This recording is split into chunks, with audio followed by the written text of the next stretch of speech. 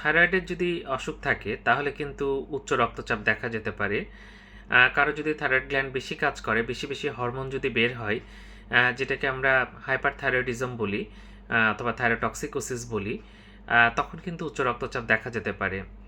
তবে হাইপারথাইরয়েডিজমে শুধু যে উচ্চ রক্তচাপ পাওয়া যাবে বিষয়টা এরকম না।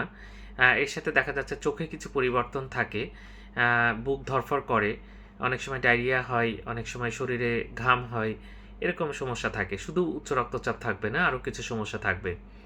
তেমনিভাবে যদি হাইপোথাইরয়েডিজম হয়, অর্থাৎ থাইরয়েড গ্ল্যান্ড থেকে কম হরমোন বের হয়, তাহলে কিন্তু উচ্চ রক্তচাপ দেখা যেতে পারে।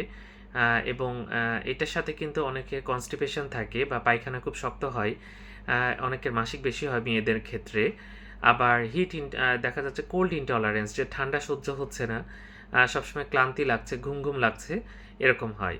তো যাই হোক, থাইরয়েডের প্রবলেম থাকলে বা থাইরয়েডের সমস্যা থাকলে উচ্চ রক্তচাপ দেখা যেতে পারে। সেক্ষেত্রে কিন্তু থাইরয়েডের চিকিৎসাটাও অবশ্যই করতে হবে। ধন্যবাদ সবাইকে।